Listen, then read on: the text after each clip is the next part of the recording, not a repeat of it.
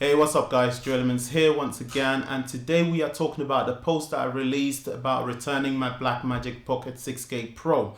I know many of you weren't happy about it and wondering what was going on, and some of you actually commented thinking that it is the LCD color shift. No, it's got nothing to do with the LCD color shift, but it's a whole lot more. Now, the reason why, as we speak right now, I have returned my Blackmagic Pocket 6K and have not replaced it is because the camera died on me on set. So the camera died in the middle of a shoot, and which was the first day of shoot after owning the camera for 2 days. Prior to that, it was unfortunate that I had actually done an unboxing for the camera that was not yet released, and then it died on set.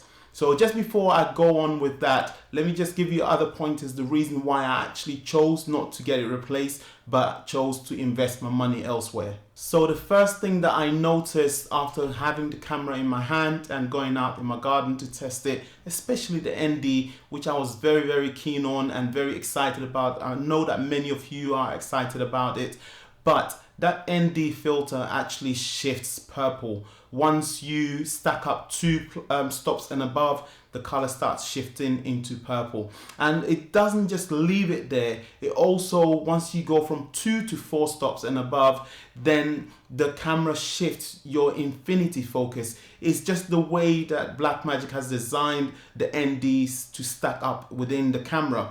And I don't know if you've noticed it, but go ahead, if you own one of the 6K Pro, go ahead and check your infinity focus once you stack up your ND filters. And I'm saying this from a narrative point of view because I am a narrative creator, so I shoot movies, and I'm not just an ordinary YouTuber who just shoots B-rolls and product reviews and stuff like that.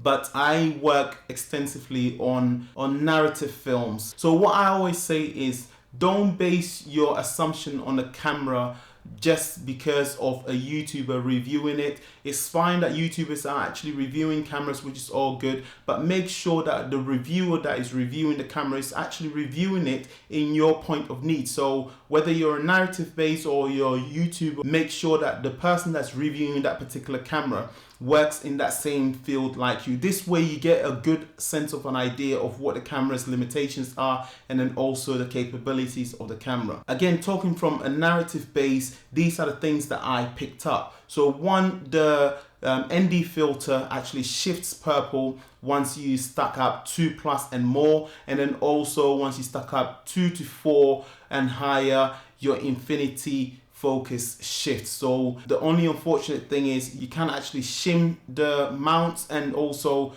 you might have to end up shimming your lenses if possible, depending on the lens that you use. Having said that, when you do, that means those lenses can't be used on other cameras. So that is the number one thing that I noticed as soon as I took the camera out of the box and then started pointing at things. Then number 2 is the IR pollution. It is still present, believe it or not. Blackmagic claims that it has been removed because the ND filters has IR pollution cut built in, and in my test it is still present. It is much better than the 6K, but it's still present. So this means that the built-in ND is not really serving its purpose as we were all excited about. Again, it depends on the kind of content you create. It might just work fine for you, but in my field as a narrative base, it does not work. That means I have to go out and then still put a matte box in front of the camera, or still buy an external ND and then screw it in front of my lens. So then automatically the built-in ND filters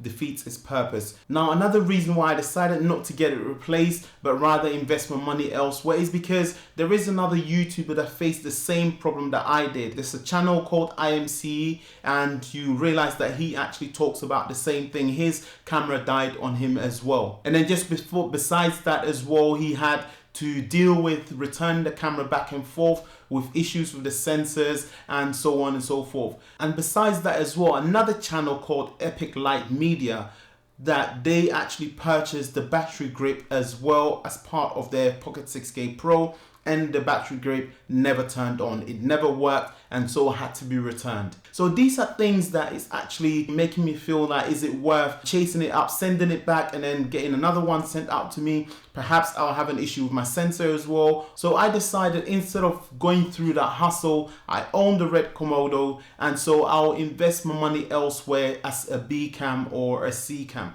So this is the main reason why I decided to return back my Pocket 6K Pro. For those who are curious to find out why, this is the reason why, because the camera lasted only 2 days with me after the unboxing, and then finally it died on set. So that's it for me, guys. That is my full review. It's an unfortunate one. It could be just a bad unit on my side. Perhaps if I did send it back and requested for a replacement, maybe I would have been lucky. But I don't have that time and that energy to be sending the camera back and forth to make sure that I get the correct one. So this is the reason why I had to send back the camera. I'm pretty sure that there are many of you out there that actually have the camera that are not facing the same problem like I am. Now, I'm very confident that there are so many people out there that actually has bought the camera that are not facing the same issues that I am. It's just unfortunate. Again, it could be a bad unit on my side, but I'm not willing to get that camera replaced.